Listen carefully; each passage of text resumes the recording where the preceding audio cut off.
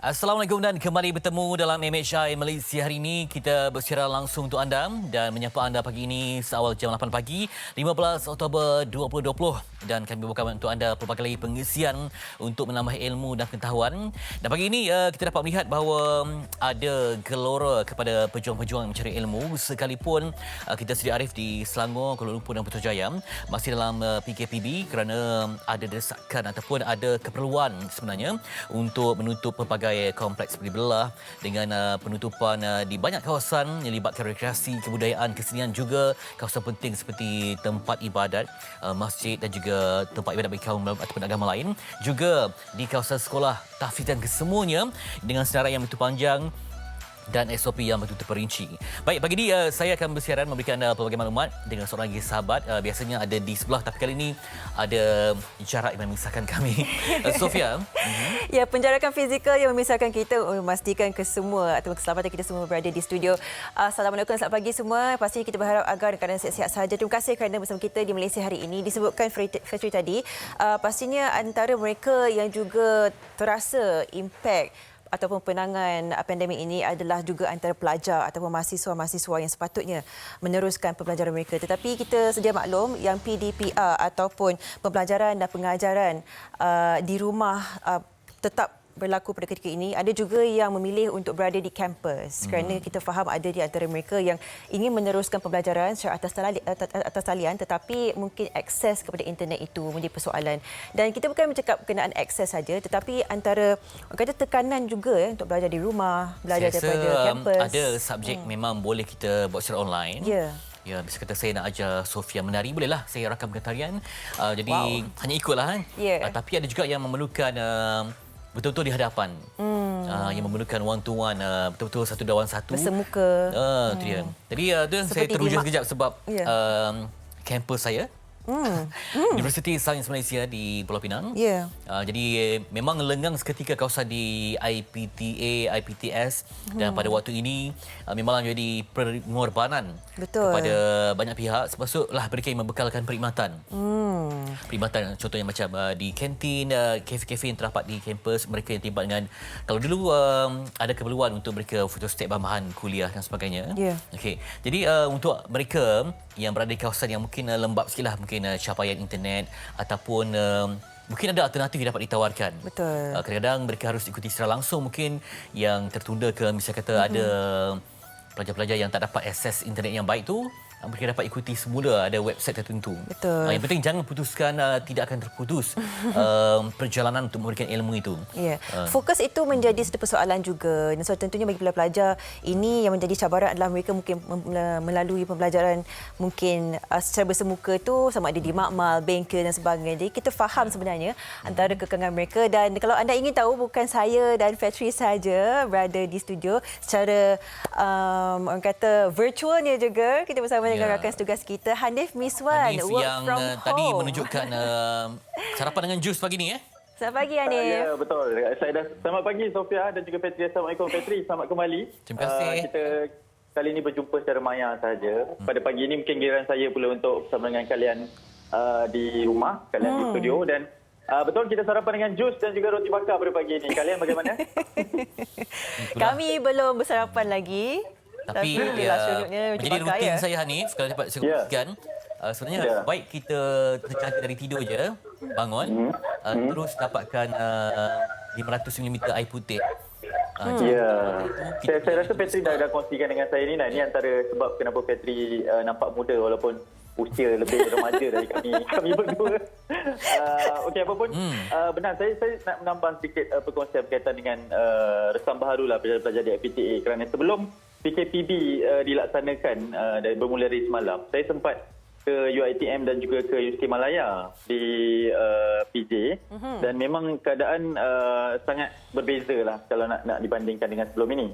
Ada juga kan sebelum ini kita tahu bahawa pelajar yang ingin daftar, pelajar-pelajar baru yang baru masuk tidak disarankan untuk pulang kembali kan, tapi memang dah ada pelajar yang dah memulakan kehidupan mereka di kampus.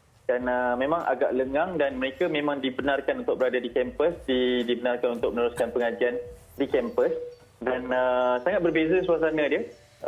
Dan sekarang ni saya rasa mereka kalau di UM dan juga UiTM, mereka dibenarkan untuk berada di dalam supaya tidak bercampur dengan apa saja keadaan yang berada di luar. Jadi sangat mengujakanlah untuk kita tahu bagaimana keadaan mereka berada di sana. Dan saya rasa ini satu perkongsian yang sangat baik pada pagi ini untuk para pelajar. Bukan saja para pelajar dan pengurusan, tapi ibu bapa juga yang ingin mengambil berat berkaitan dengan keadaan anak-anak mereka di kampus, ataupun kalau yang berada di non-resident ataupun pelajar-pelajar yang duduk di luar kampus tu, bagaimana pula keadaan mereka kan? Hanif ada juga tak memantau ataupun menanya bagi mereka tenaga pengajar pula, mereka yang perlu mengadakan sesi pembelajaran itu bagi untuk memberikan ilmu kepada pelajar ini, berkekangan juga bagi mereka kan Hanif? Ada bertanya ke sesiapa? Betul. Ramai sekali kawan-kawan saya, rakan-rakan saya yang menjadi tenaga pengajar sekarang ini, dan saya sempat bertanya. Ini satu soalan yang sangat baik sebab kita kadang-kadang terlepas pandang konsep kepada pensyarah-pensyarah dan juga tenaga pengajar kan. Mereka juga sebenarnya ini satu cabaran yang baru. Mereka juga perlu bayangkan kalau mereka ada 3 atau 4 kelas kan pada satu hari dan memerlukan teknik pembelajaran secara dalam talian ini. Dan selain daripada perlu menyediakan slide yang berbeza, perkongsian yang berbeza dengan secara online, saya rasa ini satu cabaran yang diambil dalam satu pendekatan yang sangat baik oleh para tenaga pengajar ini. Saya sempat juga melihat kandungan isi pengajian mereka. Mereka perlu lebih kreatif, mereka perlu lebih inovatif di dalam pengajian untuk menarik minat.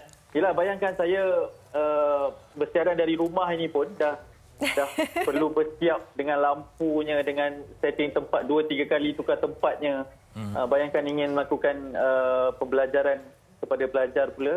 Saya kira konten itu sangat penting lah. Dan mereka mengakui ini satu cabaran yang sukar, tapi mereka mengambil pendekatan yang positif, saya percaya semuanya. Suka atau tidak suka, inilah norma baru kan sebenarnya? Tak apa, kita doakan hanya 2 minggu saja PKP ini. Amin. Dan akan kembali pulih, sebab kalau saya sebagai tenaga pengajar pun, saya nak anak murid saya betul-betul di depan. Saya tak tengok mana reaksi mereka. Sebab dalam bab belajar ni, yang penting juga ialah bila depan tu jiwa dan persekitaran itu yang membentuk iklim belajar yang sangat baik. Kalau jauh ni memang ada dapat, tetapi dia punya sentuhan itu tidak sama. Betul.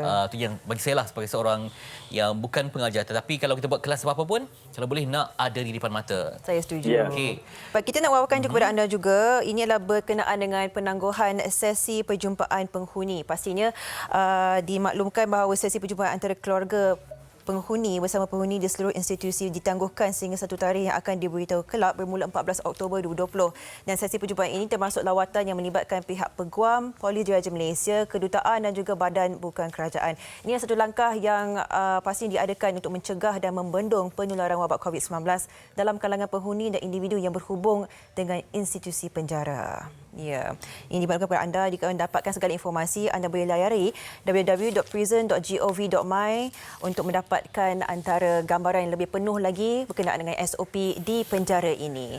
Dan yang banyak lagi sebenarnya kita ingin melihat perincian lebih terkini. Kita difahamkan bahawa hari kedua secara khususnya kita bermula semula PKPB. Diharap agar anda semua, tidak kira anda di mana, segala SOP ini walaupun akan diberikan informasi yang terkini dan masa ke semasa, kita masih perlu untuk mengetahui segalanya. Kita akan berkongsi dengan perkongsian di Berita Harian. Dan paparan di Berita Harian antara yang penting diberikan tentang KTMB guna helmet ataupun pengimbas suhu kesan penumpang train yang bergejala. Mungkin kita tahu siapa pun petugas di situ sebab itu canggih nampaknya. Dan hanya kelihatan namanya Amir, seorang polis bantuan yang memakai kelengkapan berkenaan, yang mana inilah satu lagi inovasi dan kreativiti untuk mengimbas dan juga memastikan semuanya dalam keadaan yang selamat. Dan penganggota polis bantuan KTMB menggunakan topik keledar pintar pengimbas suhu ke atas penumpang bagi mengekang penularan wabak COVID-19. Dan mereka bergerak dari train ke train untuk memantau. Dan biasanya mereka akan membawalah alatan tertentu. Tapi kali ini hanya dengan teknologi itu, mereka mampu untuk membuat pengesanan. Titit, macam itulah macam gambarannya. Macam Robocop. Itulah dia. Nampak canggih dan juga saya rasa dapat diperkemas lagi, dapat diperluaskan insya-Allah. Okey, itu paparan di berita harian dan NST. Kita menyambung bicara, Sofian. Ya, di sini dikatakan di halaman utama ini NSC disebutkan crucial window COVID-19 cases in Selangor can exhibit a downward trend in several weeks, says experts, with sustained compliance to SOPs. Dan inilah pasti dikatakan tempoh yang cukup kritikal untuk kita memastikan segala SOP terjaga supaya kita boleh melihat perubahan yang lebih baik lagi berkenaan dengan COVID-19 di negara kita. Tetapi yang menjadi pilihan penerbit hari ini adalah di halaman ke-13 bagi NST. Women, men held over babies murder in Kelantan. Ini berkenaan dengan kes yang pastinya menjadi tular baru-baru ini. Terjumpanya mayat seorang bayi berusia 8 bulan yang dilumur dengan garam. Seorang wanita telah pun ditahan untuk membantu siasatan. Ini dikatakan telah pun berlaku di Kelantan dan kita telah pun melihat gambar yang telah pun tular seperti yang tertera di di kaca TV anda pada ketika ini. Lelaki berkenaan yang telah pun diheret ke mahkamah dan ketika ini seorang wanita juga telah pun ditahan untuk membantu siasatan.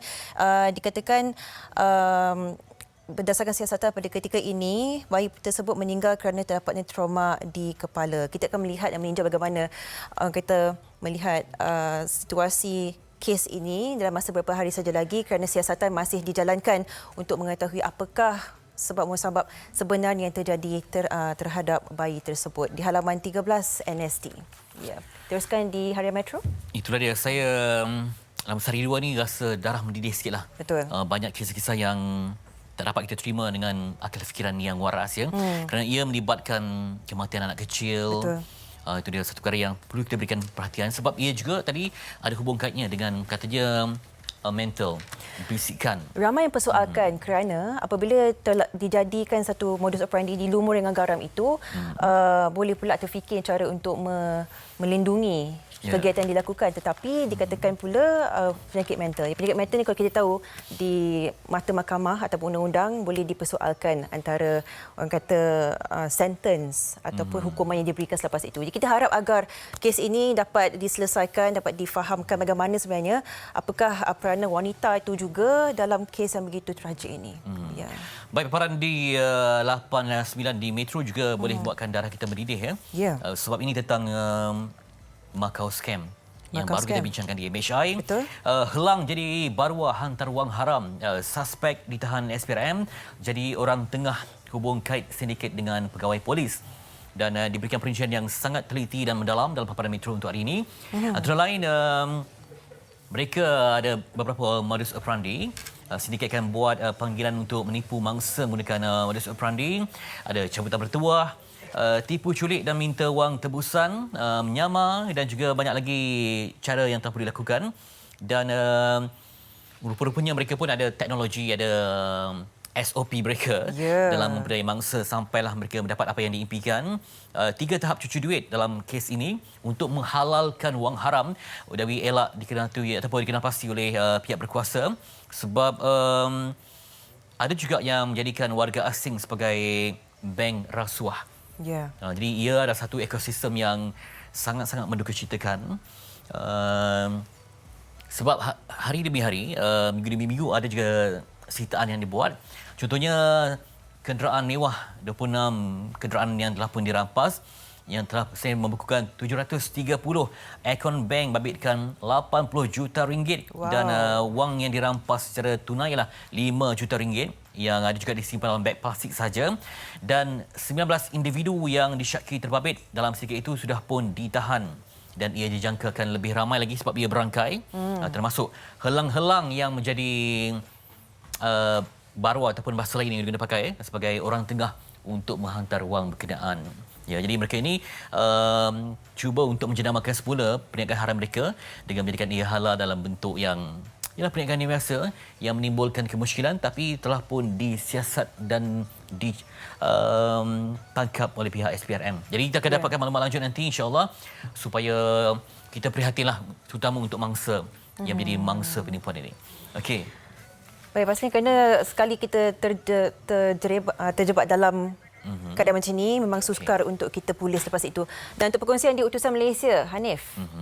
Ya, saya ada perkongsian Malaysia dan silakan Hanif. saya nak kongsikan sebab kalau di Macau scam tu pun saya sangat tertarik dengan perkongsian yang ada satu rakaman yang tular tu kan berkaitan dengan perbualan bersama dengan seorang scammer tersebut. Tapi saya nak kongsikan di utusan Malaysia ini berkaitan dengan Perintah Kawalan Pergerakan bersyarat. Ramai sekali yang tertanya-tanya tentang di mana lokasi sekatan jalan raya dan telah mengisahkan sebanyak 92 sekatan jalan raya di sekitar Lembah Kelang, membabitkan Selangor, Putrajaya dan juga Kuala Lumpur.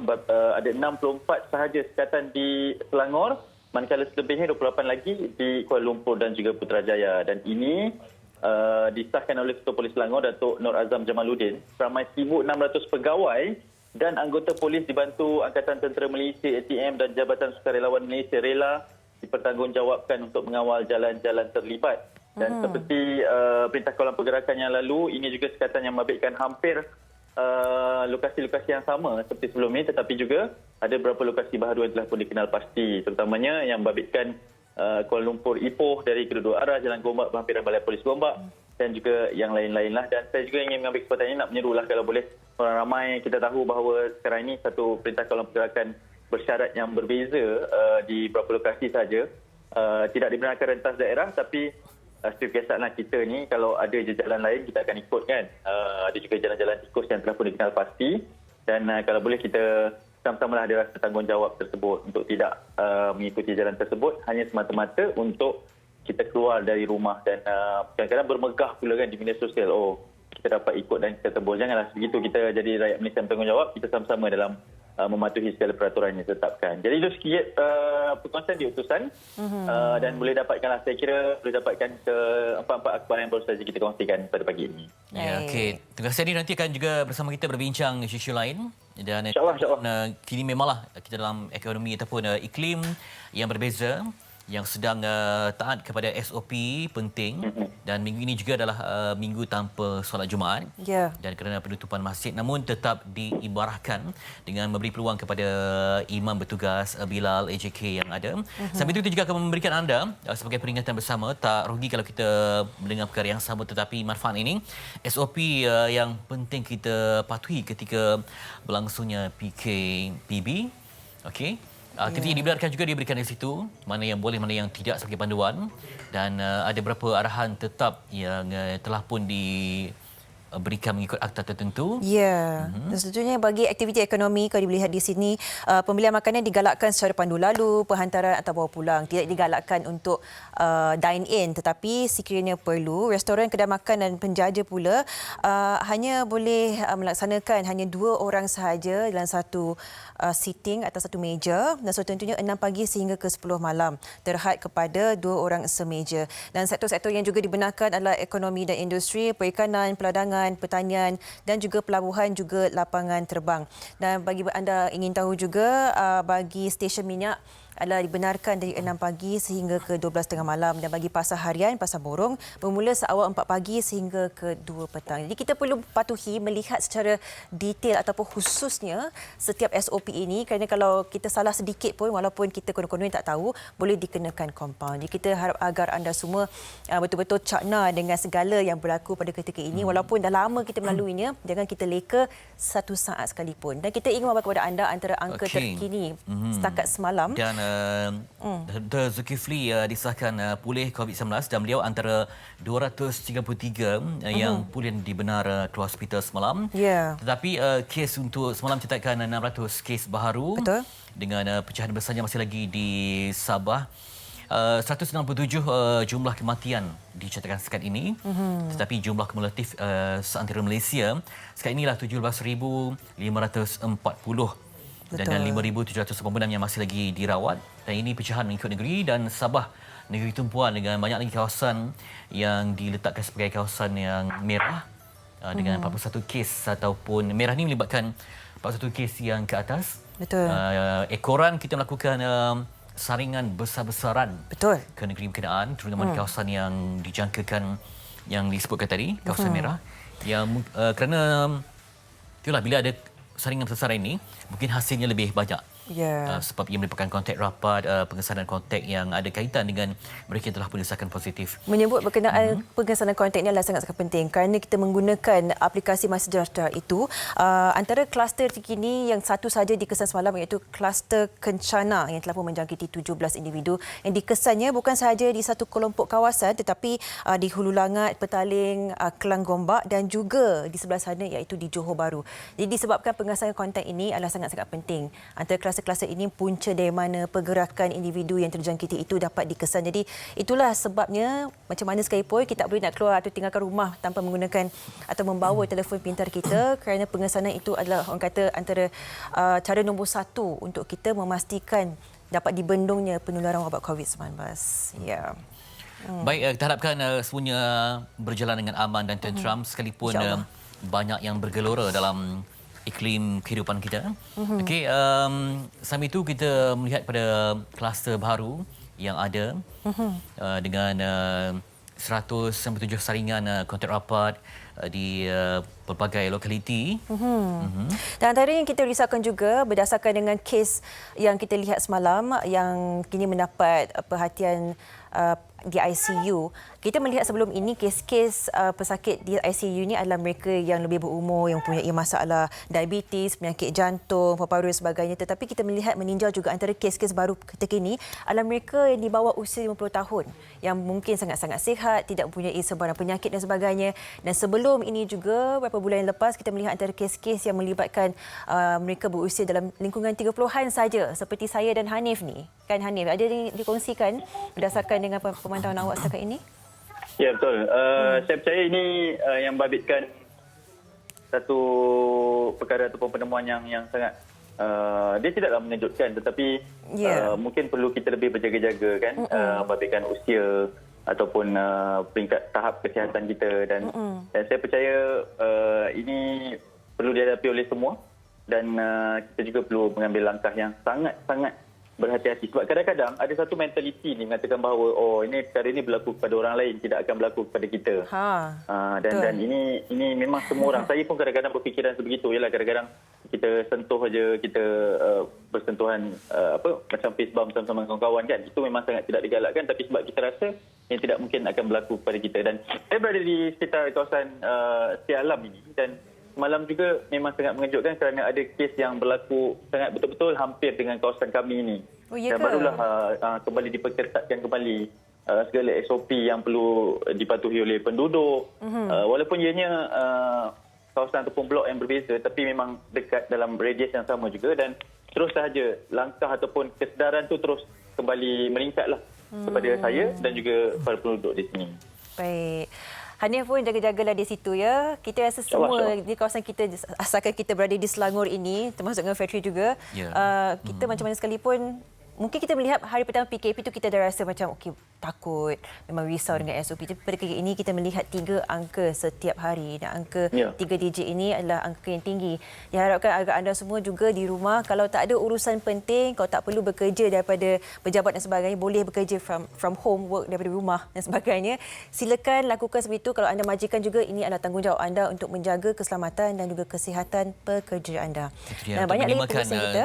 Minimalkan semua pergerakan dan juga paling penting kita cubalah walaupun dalam keadaan di rumah tetapi ada hasilnya.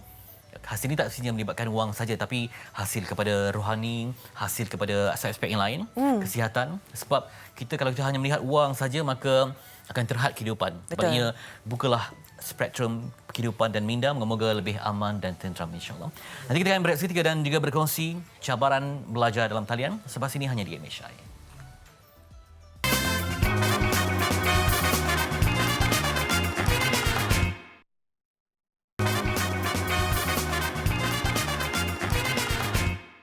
Bagaimana COVID-19 merebak?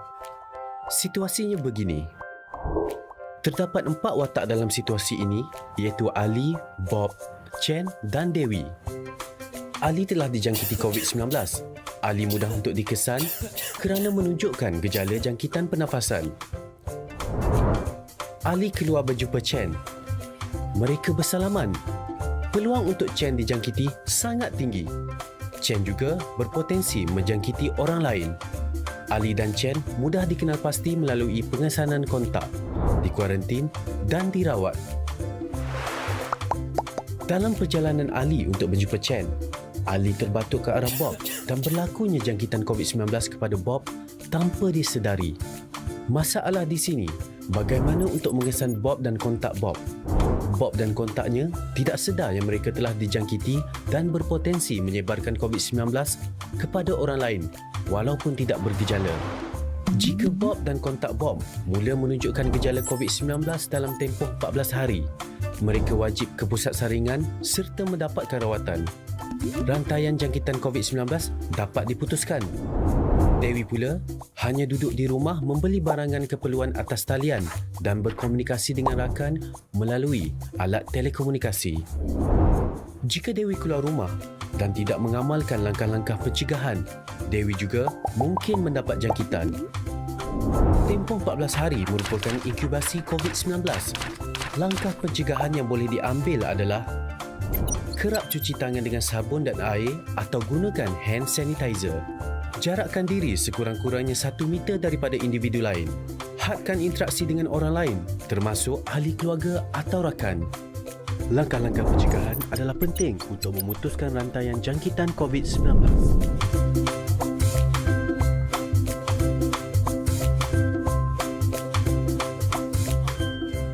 Okey, demikian cara bagaimana COVID-19 merebak dan juga kita pun harapkan ada vaksin dapat ditemukan segera demi keamanan dan keselamatan dunia. Baik, pada masa yang sama, ilmu tak dapat kita hentikan walaupun dalam kampus yang terhad ataupun di anda balik ke kampung bagi pelajar dan siswa, dan namun ilmu itu tetap jalan lancar dan sempurna dengan adanya kemudahan demi kemudahan teknologi yang membantu mereka untuk mendapatkan maklumat. Kita bersama dengan seorang pelajar ataupun siswa Kolej Universiti Islam Antarabangsa Selangor, itu Muhammad Affan Rostam, yang nak berkongsi bagaimanakah situasi dan cabaran dalam menempuhi musim yang berbeza ini dalam PKPB. Di talian Muhammad Affan Rostam. Assalamualaikum. Assalamualaikum warahmatullahi. Okey, lokasi Affan di mana? Saya berada di Maran, Pahang. Okey, Maran. Biasanya anda berada di sekitar Selangor, betul tak? Betul. Okey, dalam kursus apa Affan? Saya dalam kursus komunikasi penyiaran. Oh, memang bakal penyiar ni. InsyaAllah. Okey, bagi anda yang terlibat dalam bidang penyiaran kan, yang perlu kendalikan kamera contohnya, yang perlu keluar mencari tugasan sebagai seorang wartawan katakan. Jadi bagaimana bila ianya hanya bersifat dalam talian? Apa cabaran anda sebagai pelajar jurusan penyiaran ini? Baik, pertamanya terima kasih kepada saya panggil abang lah ya. Abang Petri dan juga seluruh kru-kru produksi daripada MHI kerana sudi menjemput saya untuk berkongsi berkenaan cabaran ataupun rintangan dalam saya berdepan situasi sekarang ini. Dan masa yang sama kita ingin belajar di kampus dan sebagainya. Dan disebut tadi berkenaan cabaran dalam saya mengharungi semester baru first semester dalam keadaan norma baru macam ni. Tetapi pada saya cabaran itu boleh kata 5 kali ganda lebih besar cabarannya berbanding saya sendiri berada di kampus. 5 kali ganda? 5. Oh, banyaknya. Bahkan lebih lah. Apa yang paling utama dalam 5 tu? Yang mana yang jadi cabaran paling kritikal yang pertama? Saya boleh sebut dari segi tugasan lah. Bila mana kita belajar secara online ni, tugasannya akan lebih bertambah. Sebab ada certain subjek yang kita tak ada final exam. Jadi tugasan dia akan bertambah. Jadi itu boleh sebut sebagai itulah cabaran jugalah dalam belajar. Sebab anda di semester pertama belum lagi majoring ya? Maksudnya fokus pada yang mana? Saya sekarang di semester 3. 3, okey. Semester pertama dan kedua lebih kepada banyak teori macam tu. Tapi bila masuk semester 3, kita dah masuk intro kepada praktikal macam tu. Maksudnya saya dalam apa penyiaran ke ataupun ada juga kewartawanan ke, penerbitan program ke macam mana? Ya, penerbitan program mungkin semester hadapan. Untuk semester ni lebih kepada kewartawanan dan juga berita dan sebagainya macam tu. Okey, contoh tugasan kan, biasanya kita ada kerja kumpulan yang menebual tokoh-tokoh tertentu ataupun kerja lapangan, tapi disebabkan ada tempoh perintah kawalan pergerakan masyarakat ini. Jadi mungkin terhad sikit dari segi subjek yang nak diterjemahkan tu sebab tak mampu untuk kita keluar ke kawasan tertentu kan. Adakah ia juga menjadi cabaran untuk anda, kerja berkumpulan yang terhalang? Ya? pada saya untuk kerja-kerja yang melibatkan perlu keluar ada setengah bukan setengah lah kesemua pensyarah mereka faham akan situasi sekarang. okey. Jadi mereka pun memberikan pemudah cara menjadi sebagai pemudah cara bagaimana untuk kita selesaikan tugas yang memerlukan kepada keluar. Mungkin mereka memberikan sebahagian jalan mudah supaya kita dapat laksanakan dengan baik.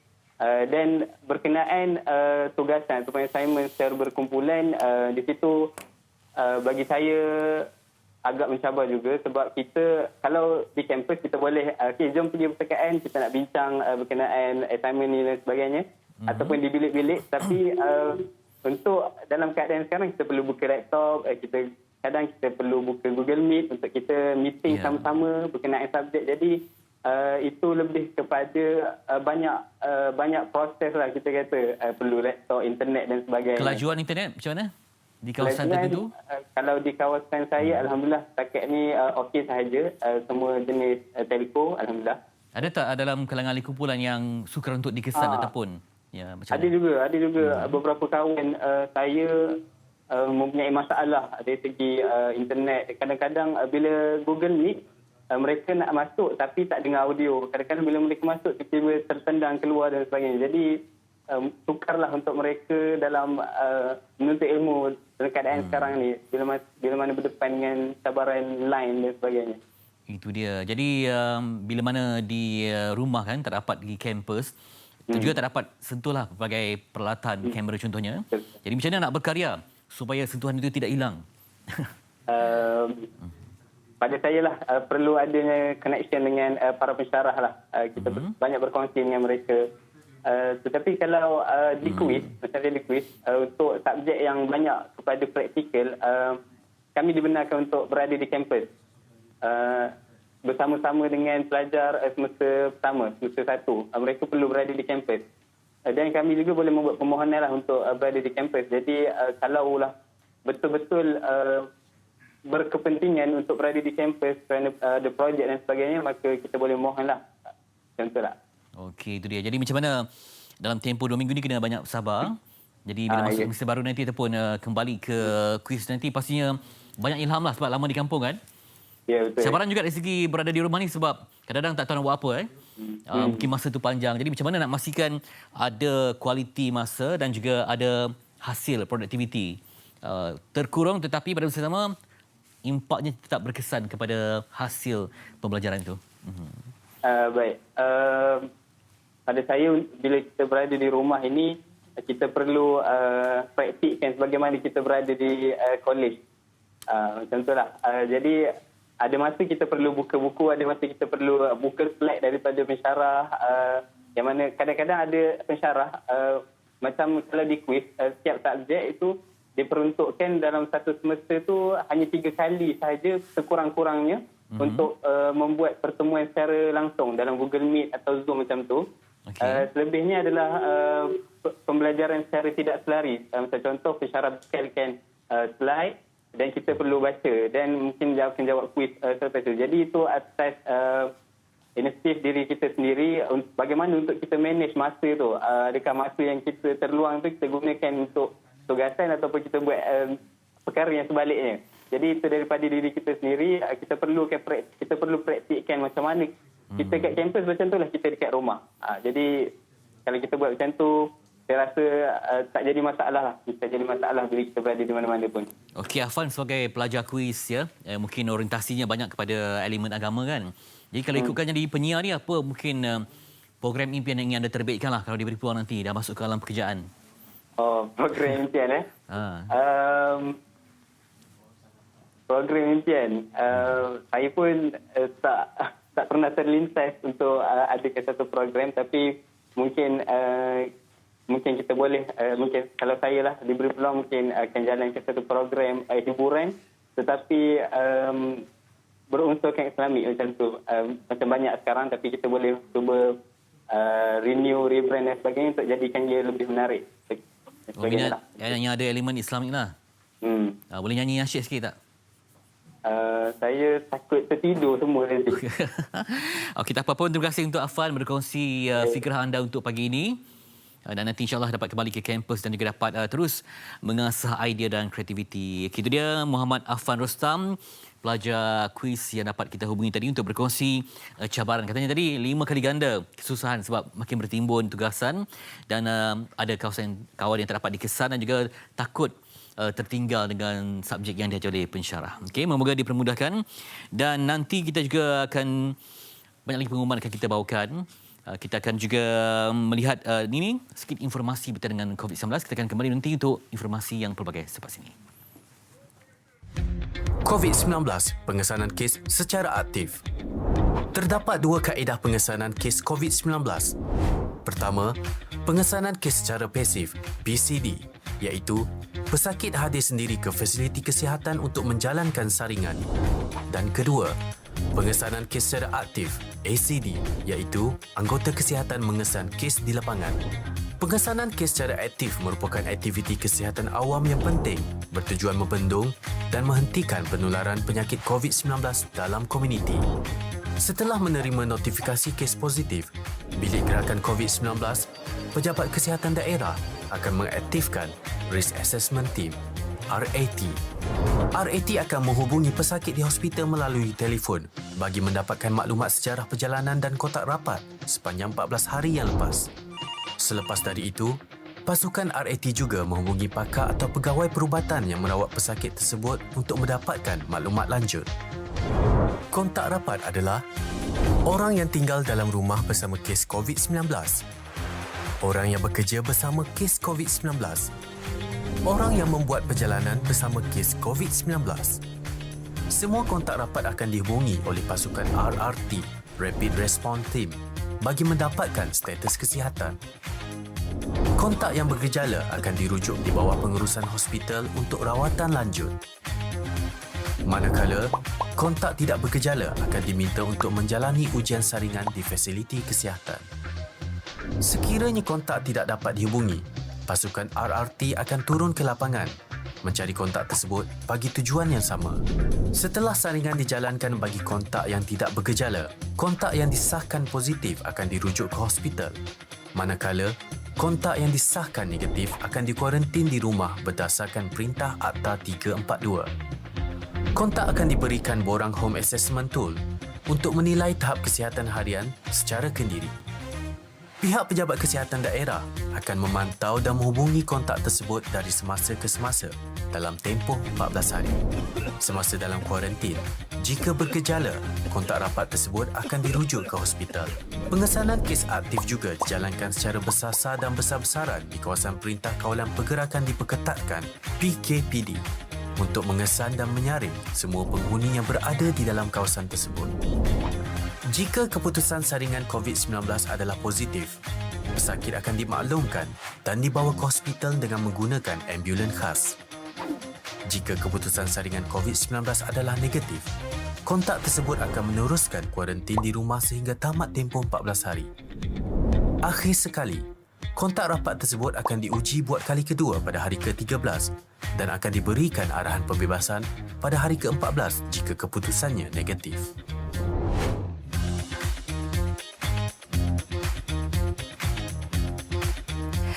Baik, dilanda pandemik ini pastinya memberikan kesan terhadap semua, terutama sekali bagi mereka mahasiswa-mahasiswa mereka ini yang ingin menuju ke Menara Gading. Adakah mereka mempunyai tekanan tertentu? Pastinya.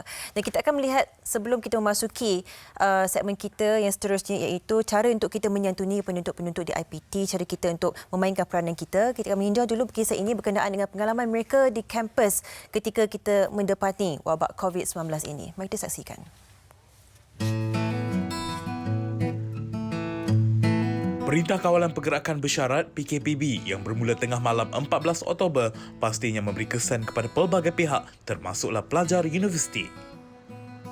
Kru penerbitan MHI membuat tinjauan di sebuah kolej kampus Universiti Teknologi Mara UiTM Shah Alam.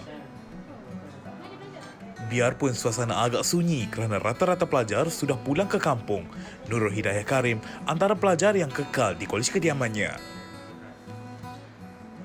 Gadis berusia 21 tahun ini meluahkan rasa lega berada di sini. Pertamanya saya agak terkejut, tapi saya okey je sebab saya kat kolej, sebab semua kemudahan ada dan saya tak perlu pun untuk keluar daripada UiTM untuk dapatkan apa-apa keperluan. UiTM ni ada kemudahan macam mic, kafe pun ada buka. Jadi saya rasa saya tak ada keperluan untuk saya keluar. Jadi saya okey je bila PKPB diumumkan. Bukan sahaja kerana tinggal jauh di Pulau Pinang, pelajar tahun 3 jurusan statistik ini juga membuat keputusan untuk kekal di kolej kerana kemudahan yang disediakan pihak universiti. Saya ambil keputusan untuk kekal kat kolej sebab kat rumah saya ada masalah line. Jadi bila saya ada kat kolej ni, line ada dan ada kemudahan wifi. Harapan saya agar rangkaian COVID-19 ni kita dapat putuskan dan kita dapat kembali ke suasana kita yang dahulu. Dan saya harap semua pelajar dan rakan-rakan dapat mengamalkan norma baru, tak kiralah ada dekat kolej ataupun dekat rumah. Dalam fasa PKPB ini, ibu bapa disarankan agar tidak risau akan kebajikan anak-anak yang berada di kampus. Pihak universiti sehabis baik akan menjaga dan melaksanakan tugas dengan SOP norma baharu. Itulah sikit sebanyak bagaimana kelangsungan kehidupan pengalaman pelajar di kampus pada ketika ini. Sudah tentunya perubahan itu sukar. Changes are hard. Dan bagi kita semua yang sedang menghadapi masa yang cukup sukar untuk mendepani, untuk mengadaptasikan diri kita, kita juga perlu memberikan sokongan kepada mereka ini untuk mereka mempunyai semangat meneruskan pembelajaran. Dan bersama kita hari ini Dr. Syahsuzan Zakaria, Pengarah Pembangunan Pelajar UiTM Shah Alam. Assalamualaikum Doktor. Waalaikumsalam warahmatullahi wabarakatuh. Sihat ya? Ya, sihat alhamdulillah. Baik Doktor, bukan saya seorang je, kita bersama dengan Hanif Miswan juga secara atas talian secara virtualnya akan bertanyakan beberapa soalan kepada Doktor. Baik Doktor, kita memerlukan perbincangan kita kan mungkin daripada pihak UiTM Shah Alam sendiri. Bagaimana tinjauan Doktor melihat keadaan pelajar pada ketika ini? Adakah mereka tertekan? Adakah mereka masih dalam keadaan macam tidak terima keadaan lagi? Bagaimana tinjauan Doktor? Terima kasih Sofia di atas ruang yang diberikan inilah pada UiTM khususnya pada hal pelajar lah. Berdasarkan kepada tinjauan kita di UiTM setakat ini, alhamdulillah, terutamanya dalam tempoh PKPB inilah sekarang kita lihat keadaan pelajar kita baik, semuanya terkawal. Dan untuk makluman Sofia juga, sekarang ni kita ada yang berada di dalam kampus UiTM saja seluruh Malaysia. Di 14 kampus UiTM sekarang ni lebih daripada 6,000 pelajar yang mendiami di kolej kediaman saja. Dan lebih daripada 2,000 pelajar yang berada di rumah-rumah sewa ataupun kita panggil sebagai non-resident students lah. Jadi keadaan yang kita lihat sekarang ni alhamdulillah terkawal, semuanya telah pun bersedia sebenarnya untuk melalui proses pembelajaran bagi semester Oktober inilah. Dan alhamdulillah setakat ini kalau kita melihat kepada proses yang mereka akan lalui dalam tempoh PKPB ini khususnya dan juga untuk melalui semester pada semester ini, pengajian pada semester ini, kita lihat tidak ada tekanan, malah staf juga memberi sokongan kepada pelajar-pelajar yang ada. Pejabat-pejabat non-resident di luar juga memberikan sokongan. Kita memberikan ruang kepada pelajar. Sekiranya ada masalah dan sebagainya, mereka boleh rujuk kita untuk kita bantulah. Hanif?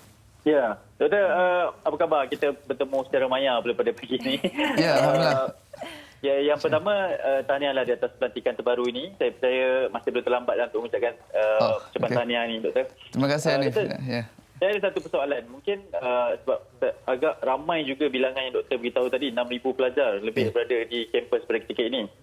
Bagaimana koordinasi di antara pihak kampus, UiTM terutamanya, bersama dengan pelajar dalam memastikan bahawa proses pembelajaran ini? Sebab kita tahu sebelum ini agak mengejutkan dengan proses dalam talian kerana PKP sebelum ini mengejutkan. Sekarang mungkin lebih bersedia, Doktor, dengan fasa terbaru ini.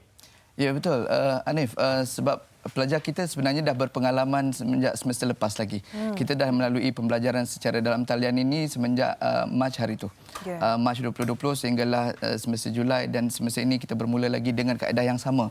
Jadi sudah pasti pelajar-pelajar lebih bersedia dan para pensyarah juga lebih bersedia, staf juga lebih memahami keadaan ini, dan alhamdulillah berdasarkan kepada apa yang kita lihat dalam proses pembelajaran dalam talian ini, setakat ini saya boleh katakan tidak ada masalah di pihak pelajar dan juga di pihak UiTM lah.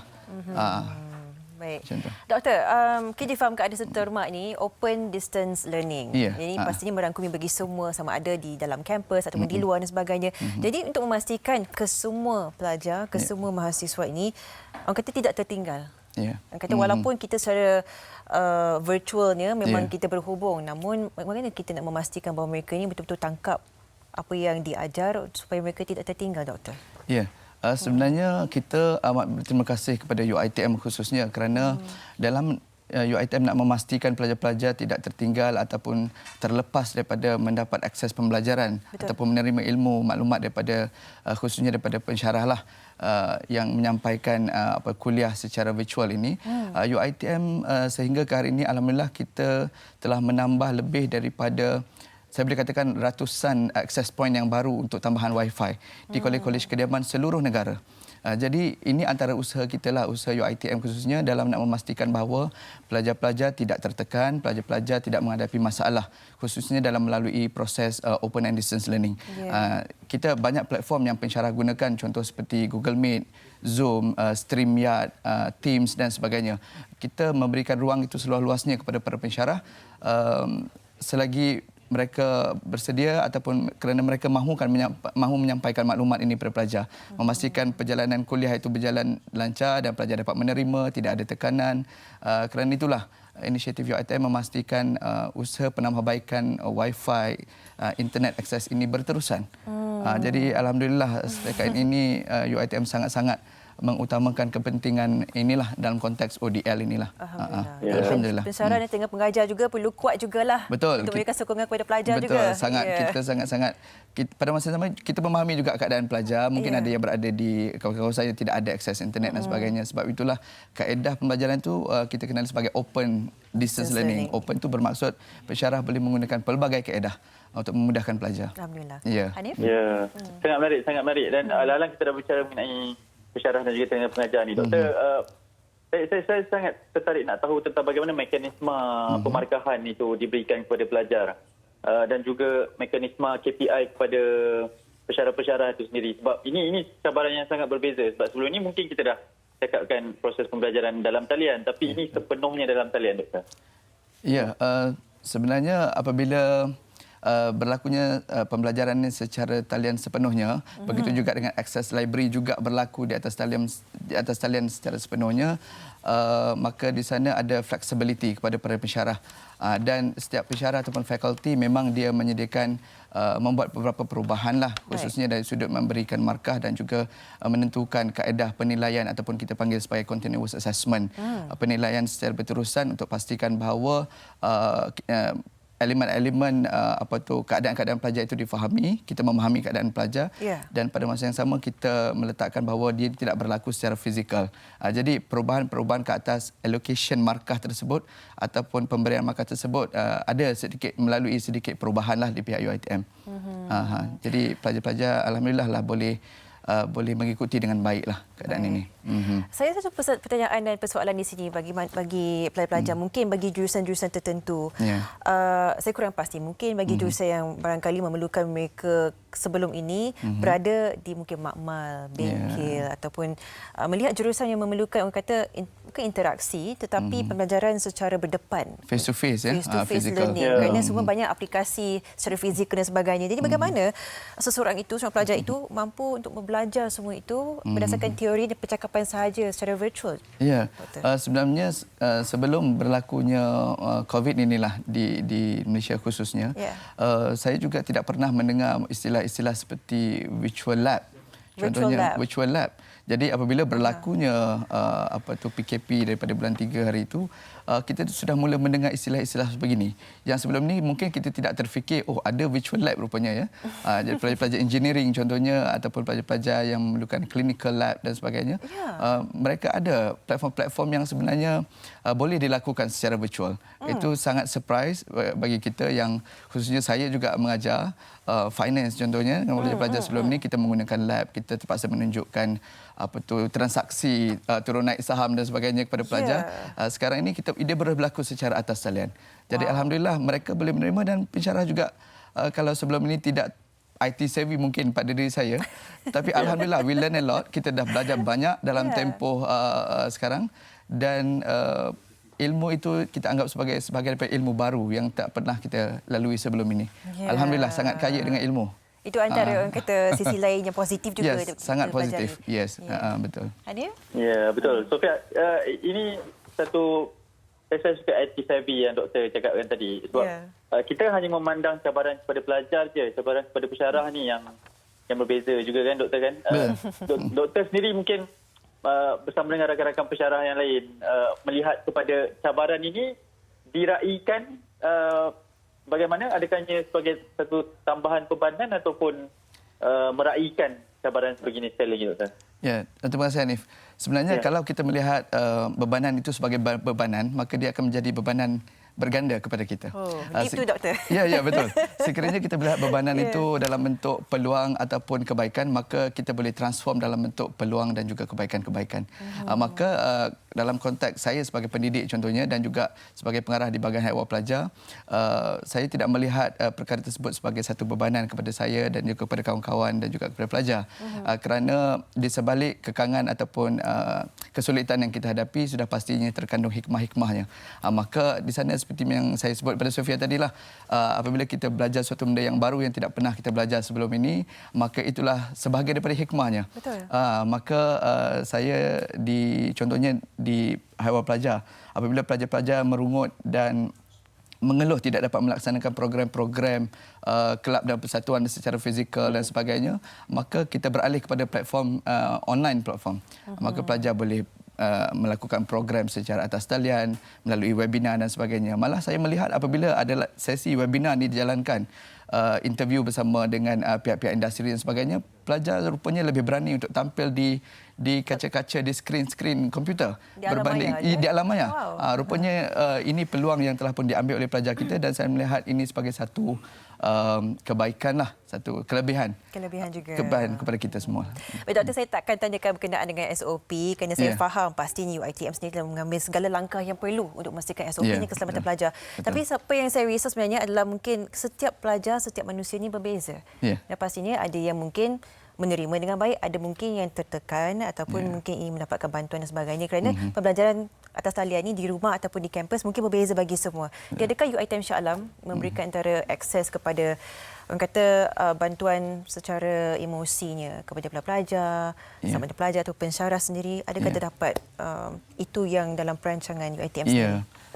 Kita faham kekangan ataupun kesulitan yang dihadapi oleh pelajar-pelajar lah.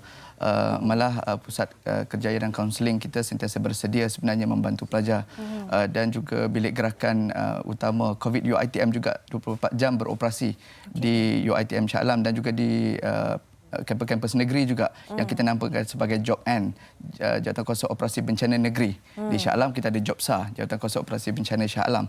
Jadi kesemua JOBSA maupun JOBN di kampus-kampus ini beroperasi dan sentiasa bersedia untuk menerima panggilan daripada pelajar sekiranya mereka menghadapi masalah. Malah ibu bapa juga mengambil kesempatan di atas ruang yang diberikan ini untuk merujuk sekiranya mereka perlukan apa-apa maklumat dan sebagainya lah untuk diperjelaskan kepada mereka. Jadi alhamdulillah UiTM memang bersedia dan dari sudut emosi pelajar alhamdulillah setakat ini terkawal dan kita merasakan tidak menghadapi masalah besar lah kepada emosi pelajar alhamdulillah setakat ini. Terima kasih doktor. Pastinya UiTM Shah Alam sendiri menjadi contoh yang sangat baik kepada kata menyantuni penuntut ini dalam apa jua aspek sekalipun untuk memastikan kelangsungan pembelajaran dan juga kehidupan mereka di kampus. Betul. Terima kasih kita nak ucapkan kepada Dr. Shah Suzan Zakaria, pengarah pembangunan pelajar UiTM Shah Alam meluangkan masa. Terima kasih. Hanif nak berterima kasih kepada doktor juga. Ya doktor, terima kasih banyak. InsyaAllah kita jumpa lagi. Semoga saya ada satu harapan sajalah. Semoga cabaran ini dapat turut diharungi dengan cemerlang oleh semua warga pendidik kan. Sebab kadang-kadang kita lupa untuk berterima kasih.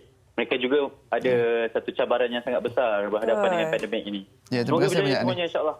Ya. InsyaAllah. Jumpa lagi Hanif. Jumpa lagi insyaAllah. Baik, kita akan berehat seketika. Hanif masih akan bersama dengan kita. Saya juga ada, Fetri juga ada. Anda jangan mana, teruskan menonton kami semua di Malaysia hari ini.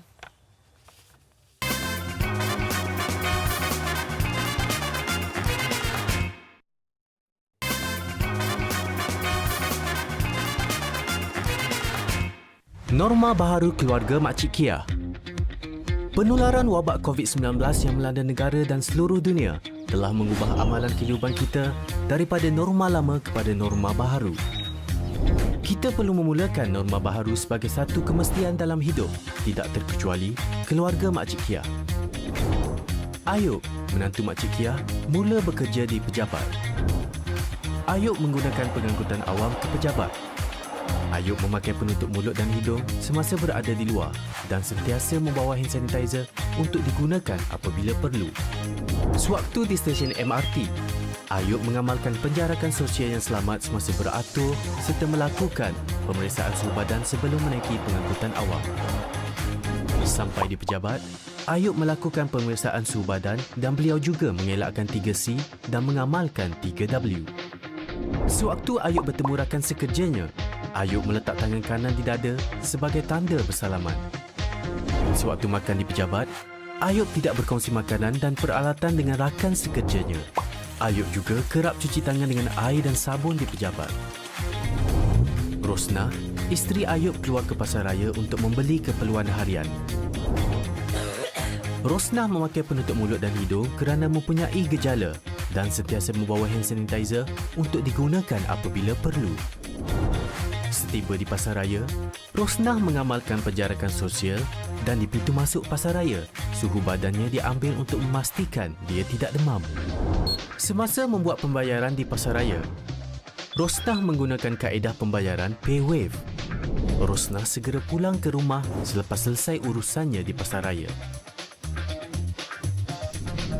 Sampai di rumah, Rosnah menggunakan perkhidmatan pembayaran secara dalam talian untuk membayar bil utiliti. Manakala Makcik Kia dan Tok Ayah kekal duduk di rumah kerana mereka golongan berisiko, iaitu warga emas dan pesakit kronik. Makcik Kia mempunyai darah tinggi, manakala Tok Ayah ada kencing manis.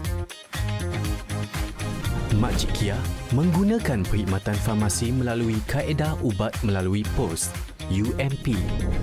Makcik Kia sekeluarga tidak menghadiri majlis sosial atau keramaian dan tidak melancong ke luar negara. Keluarga Makcik Kia sentiasa ikuti dan patuhi saranan kerajaan dari semasa ke semasa. Kita mampu memutuskan rantaian penularan COVID-19 dengan amalan norma baharu ini.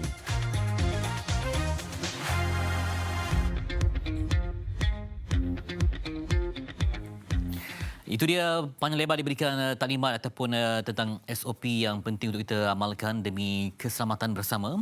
Dan kita nak menjengah kepada dunia ekonomi. Dan pasti anda tahu tentang APEC yang merupakan singkatan kepada Asia Pacific Economic Cooperation ataupun Kerjasama Ekonomi Asia Pasifik, telah pun merupakan forum kesekumpulan bersatu buah ekonomi yang lama sejak 1989 lagi dan kini terus bergerak pantas untuk menjana ekonomi dunia yang lebih kukuh lagi. Dan kita ingin meninjau bila sebut tentang APEC ini pastinya ada kaitan dengan transaksi dan sebagainya. So, untuk itu SPRM juga terlibat dalam usaha untuk mengukuhkan lagi segenap aspek niaga dalam APEC yang bakal berlangsung. Dan kita akan meninjau peranan SPRM dalam APEC ACTWG SOM 3 yang bersama saya hari ini ialah Cik Kaprudin Mat Ripin yang merupakan pengarah bahagian komunikasi strategik Suruhanjaya Komunikasi Pencegahan Rasuah Malaysia SPRM. Terima kasih.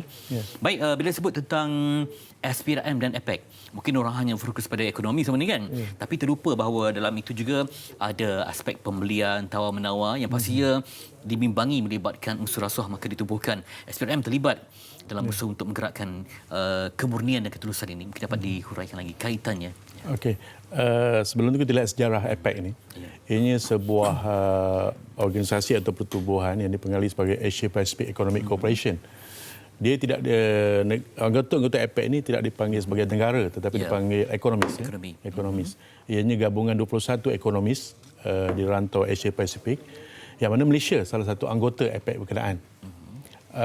Seperti mana Cik Fitri sebut tadi, dia ditubuhkan pada 1989, 31 tahun yang lampau. Dan Malaysia pernah menjadi tuan rumah kepada APEC ini pada 1998, 20 tahun yang lampau. Dan alhamdulillah pada tahun ini 2020 Malaysia sekali lagi dipilih untuk jadi APEC mengendalikan persidangan APEC 2020. Di bawah APEC sini banyak persidangan-persidangan yang diatur di sepanjang 2020 ni. bermula November 2019 lagi sehingga Disember 2020 ni pelbagai meeting, pelbagai mesyuarat diatur sempena APEC 2020 di Malaysia ini. Kalau kita lihat di mana peranan SPM, di APEC ini bermula dengan mesyuarat di peringkat tertinggi yang dipanggil sebagai APEC Economics Leader. Ketua-ketua negara akan datang ke negara tetamu untuk membincangkan isu-isu dasar dan sebagainya tentang APEC ini. Lepas itu dia ada ministerial meeting di kalangan kementerian-kementerian yang terlibat. Dan seterusnya di bawah kementerian tadi adanya dipanggil SOM ataupun Senior Official Meeting. Di sini peranan SPM di mana kita nak menggalikan satu mesyuarat yang dipanggil ACTWG, Anti-Corruption and Transparency Experts Working Group. Pada masa 1998 Malaysia menjadi tuan rumah, belum ada ACTWG ni. Okay. So pada tahun 2020 ini, yang mana ACTWG ini bermula pada 2004. Pada masa itu dipanggil Anti-Corruption Task Force. Okay. Dan kemudian diubah, di-upgrade menjadi 2011, di-upgrade jadi ACTWG. Dan bila Malaysia menjadi tuan rumah pada tahun ini, itu peranan SPM untuk mengendalikan mesyuarat ACTWG. Jadi memang ada keperluan pelibatan SPRM ini sebab ia melibatkan pelbagai transaksi, pelbagai tawar-menawar dan juga urusan niaga. Maka amat penting yang lima ni kadang kita terlepas pandang. Tapi ini adalah penambahbaikan dengan adanya ACTWG ini, lebih mantap lagi, lebih berfokus. Kita melihat dari sudut bahawa terutama dari norma baru ini. Kita nak bawakan satu isu bahawa dengan pandemik COVID 2020 ni, kita melihat mungkin berlaku isu rasuah, penyelewengan, ketirisan dalam perolehan dana, dalam penggunaan dana awam tadi. Mungkin berlaku ketirisan dari segi pembelian perubatan contohnya. Mungkin berlaku ketirisan dari segi orang melihat pembelian peralatan-peralatan yang dipakai oleh agensi-agensi yang berkenaan. Mungkin berlaku ketirisan dari segi aspek perolehan apa sahaja yang berhubung dengan COVID-19 ini. Ini salah satu isu besar yang kita nak bawa dalam mesyuarat ACTWG nanti. Sebab ia melibatkan dia tadi 21 buah ekonomi kan, pelbagai negara antarabangsa ni. Jadi macam mana pelibatan negara lain pula dalam usaha menyokong supaya masing-masing menjunjung ketulusan dalam pelbagai aspek perniagaan ini? Suatu yang baik tentang APEC ni, ianya suatu perkara yang mesti mendapat konsensus 21 ekonomi tadi. Apa saja keputusan, apa saja dasar, apa saja polisi yang nak dilaksanakan, mesti mendapat persetujuan 21 ekonomi tadi. That's why Malaysia membawa isu ini bahawa kita akan bincangkan secara terperinci untuk memastikan bahawa ketirisan, penyelewengan dan salah guna dana tadi dapat dihapuskan sama sekali. Itu dia. Jadi itu hasrat kita lah. Bermaksud masa depan dalam negara ekonomi ini memang mantaplah sebab kita betul-betul mengawal selia dari segi segala urusan. Jadi apa dijangka agenda utama yang akan dibentangkan dalam persidangan nanti yang melibatkan rasuah dan sebagainya? Bila kita mengendalikan ACTWG, dia akan ada juga di sana dipanggil sebagai ACTNet dipanggil. Satu mesyuarat yang kedua dipanggil APEC Network of Anti-Corruption Authorities and Law Enforcement Agencies. Kemudian dia juga ada satu aktiviti lain kita ada kan, iaitu dipanggil sebagai bengkel, forum dan yang kita namakan sebagai bengkel beneficial ownership. Maknanya di peringkat minggu depan ni berlaku ni, Fatri. Dia berlaku minggu depan pada 19-20 bengkel beneficiary ownership satu. Yang kedua pada 21 bulan kita ada ACTNet tadi, mesyuarat ACTNet tadi. Yang ketiga pada 23 bulan kemuncak pada persidangan ACTWG. Itu dia. Itu dia. Saya tertarik dengan satu bengkel ni, exposing the unseen hands. Tadi disebutkan tadi tentang memasukkan dokumen barangkali. Jadi bagaimana pula itu perspektif ekonomi-ekonomi yang lain, negara lain yang melihat bahawa ini perkara yang sangat kritikal sebab bila mana pandemik ini melanda dunia, jadi kita tak nampak unseen hands yang bekerja ini dalam usaha untuk menawarkan kontrak dan sebagainya. Di bawah beneficial ownership, bengkel berkenaan, kita akan membincangkan tentang kebanyakan ada syarikat-syarikat yang ditubuhkan. Tetapi siapa sebenarnya yang benefit terhadap syarikat berkenaan? Kadang-kadang unseen hand ni, mereka yang di belakang itu menyembunyikan diri. Tetapi mereka yang buat keputusan. Kadang-kadang keputusan tender sebut harga berkenaan ada kepentingan pada mereka. Ini kita akan bincang tentang beneficial ownership tadi. Dan juga pengalaman negara-negara ataupun bukan negara, 21 ekonomi tadi. untuk membentangkan bagaimana pengalaman mereka menyiasat, mendakwa kes-kes yang berkaitan dengan pemilikan beneficiary tadi. Itu dia. Tapi rumusannya menjurus kepada cabaran integriti untuk mengelak rasuah, pemalsuan dan sebagainya. Ya, betul. Dan Tuan Sri Mihab macam mana? Ini cabaran yang penting sebab kita dah masuk ke 2020. Mungkin efek pengusinya semakin matang. Jadi SPRM ada tanggungjawab yang cukup besar dalam untuk mencapai matlamat itu tadi. Kita bernasib baik kerana penganjuran ACTWG dan juga APEC 2020 ni kita mendapat kerjasama yang baik. Pertamanya daripada Sekretariat APEC sendiri yang berpangkalan di Singapura. Dan di Malaysia sendiri kita ada Sekretariat Kebangsaan. Yang ini dipengusikan oleh MITI. Dan seterusnya bagi mengendalikan ACTWG dan juga ACTNet dan juga bengkel berkenaan beneficiary ownership tadi dikendalikan oleh SPRM. Cabaran ni ini Cik Fitri. Kita sekarang ni di pandemik COVID-19 ini, kita tak boleh bertemu bersua muka. Jadi cabaran kepada SPRM ialah mengadakan mesyuarat-mesyuarat ini secara virtual atau secara maya. Kita berada di sini. Tapi delegate daripada 21 ekonomi tadi berada di negara masing-masing. Kita sini mungkin siang. Tapi di US, di Russia mungkin malam, mungkin tengah malam. Persidangan tu banyak pukul berapa? Persidangan itu akan mula pukul 9 pagi sehingga sampai tengah hari. Kita tak boleh nak lama sangat persidangan ni sebab melibatkan negara-negara lain yang mungkin dah waktu dia tengah malam. Amerika Latin semua kan? Ya, mungkin dia akan melibatkan masa tengah malam mereka. Jadi fokus kita ialah untuk membincangkan secara terperinci tetapi dalam constraint yang batas tadilah, berhubung dengan virtual dan juga tentang batas masa tadi.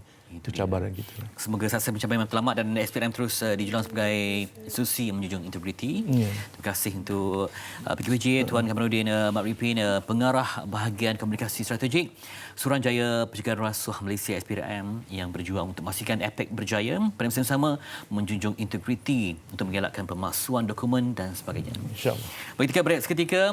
Nanti kita akan bersambung dengan pengisian jiwa yang kita maklumkan bahawa kita ni mungkin terbatas dari sisi pergerakan, namun jiwa tetap membara dengan elemen rohani. Semuanya selepas ini di MHI.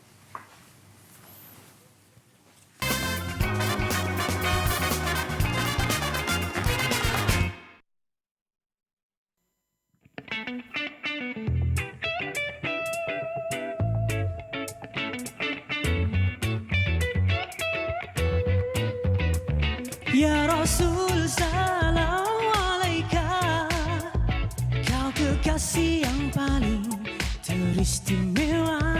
Ya Rasul salam alaika, kaulah cinta hati yang paling sempurna.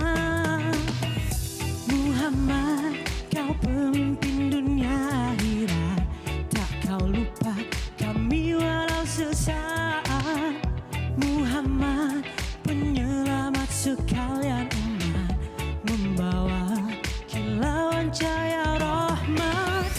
Ku harap kau sambut tanganku untuk bersama di jalanmu, kerana sungguh aku sedang rindu kamu. Ya Rasul salam alaika, kau kekasih yang paling teristimewa. Ya Rasul salam alaika, kaulah cinta hati yang paling sempurna. Terimalah selawat dan salam dariku hanya untukmu kekasih yang agung. Muhammad, kau berjuang tak kenal penat, sunnahmu buat hidupku berkat. Muhammad, ku cintamu sepanjang hayat, ku mohon kau beriku syafaat. Ku harap kau sambut tanganku untuk bersama di jalanmu, kerana sungguh aku sedang rindu kamu. Ya Rasul salam alaika, kau kekasih yang paling teristimewa. Ya Rasul salam alaika, kaulah cinta hati yang paling sempurna. Tuhan tempatkan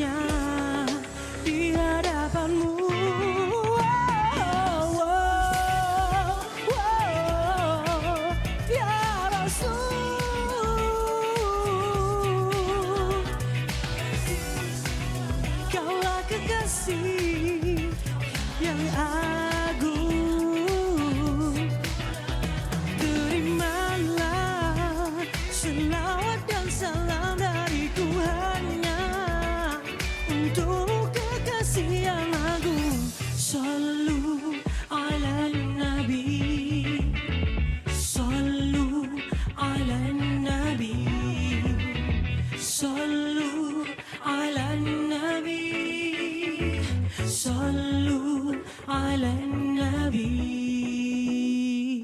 Wow. Itu dia. Assalamualaikum. Assalamualaikum warahmatullahi. Ikuan Fatana. Ya, saya apa khabar? Oh, ni Ikuan Fatana.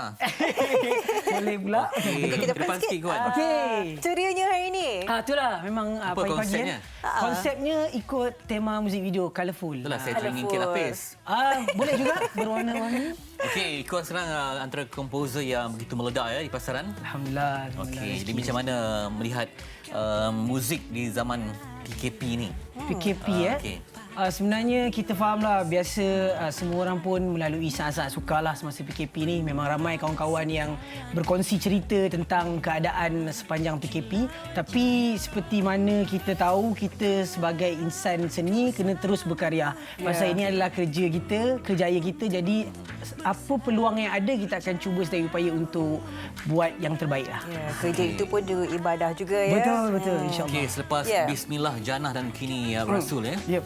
Maksudnya Ikuan selesa dengan muzik yang ada elemen Islami yang begitu.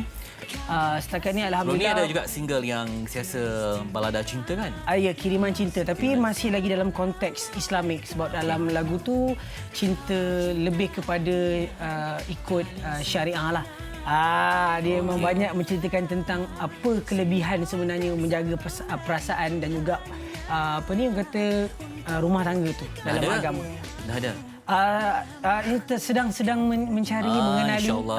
InsyaAllah. Pada ibu-ibu yang menonton. Ibu-ibu yang menonton. Okey. Okey, balik semula kepada temanya. Tema. Lagu kerohanian tetapi orang kata funky, fun. Mengapa memilih pendekatan seperti ini?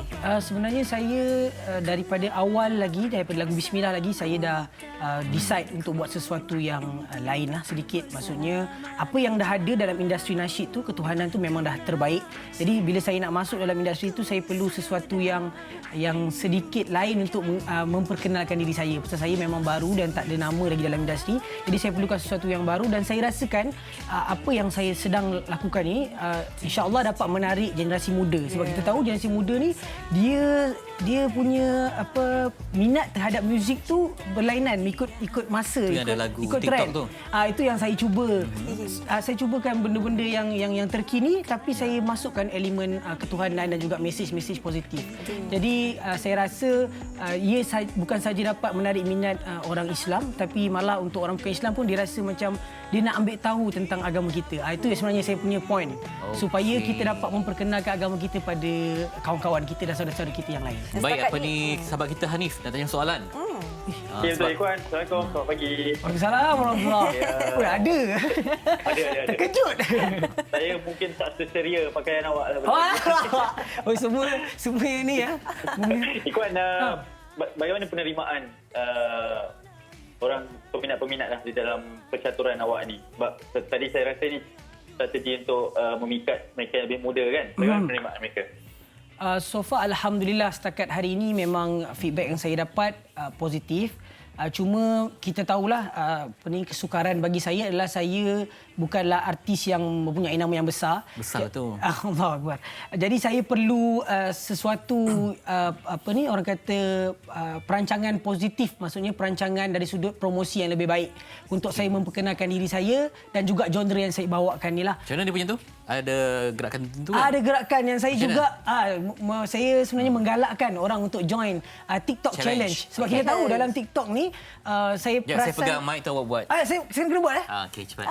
Ajar. Dia simple je.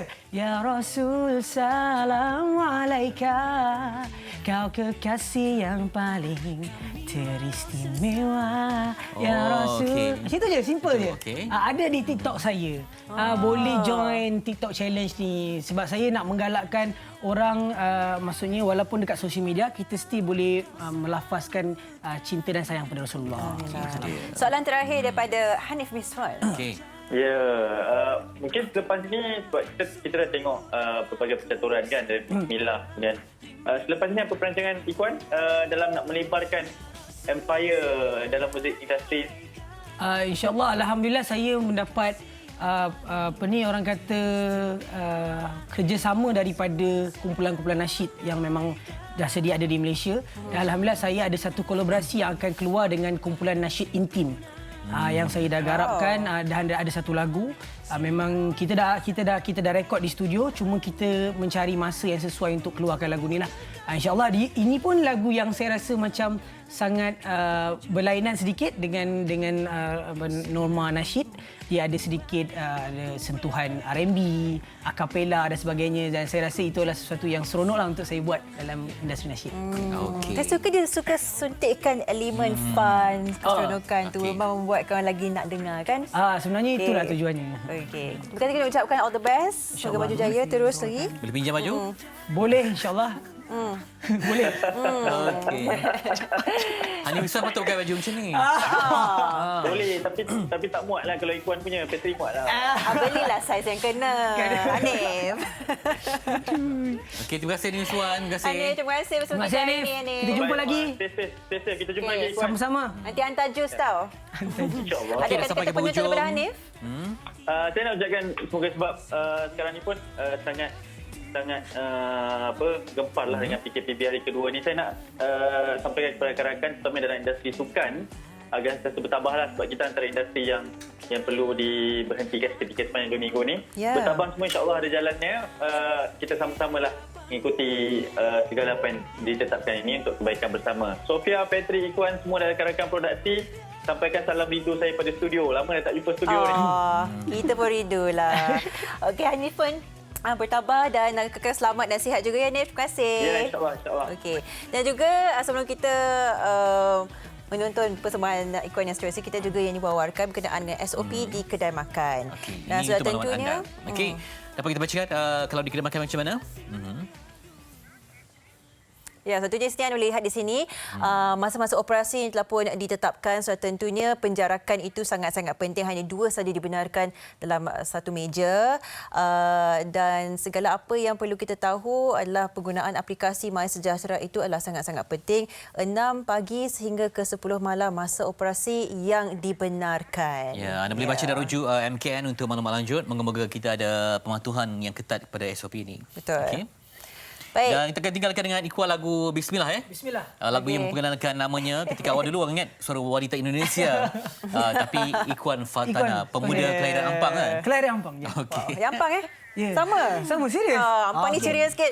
Okey, kakak ceria. Teruskan InsyaAllah. bersama seterusnya. Terima kasih kepada anda semua meluangkan masa bersama kita di Malaysia hari ini. Semoga memberikan manfaat ilmiah dan juga tolonglah kita jaga kita. Anda juga perlu jaga diri anda. Ya, Ikhwan Fatana, Bismillah untuk anda.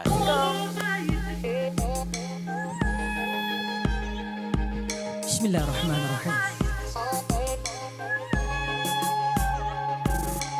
Ada yang sedang berjalan, ada yang sedang berlayar, ada yang juga di angkasa. Ada yang baru belajar, ada tengah temu duga, ada yang bosan dengan kerja. Kisah kita di mana? Kita mula dengan nama kebesarannya. Bismillah, walau sekecil mana kita langkah, walau dunia sering bermasalah, usaha dan doa usahlah lupa. Sebutkanlah Bismillah, sebutkanlah Bismillah.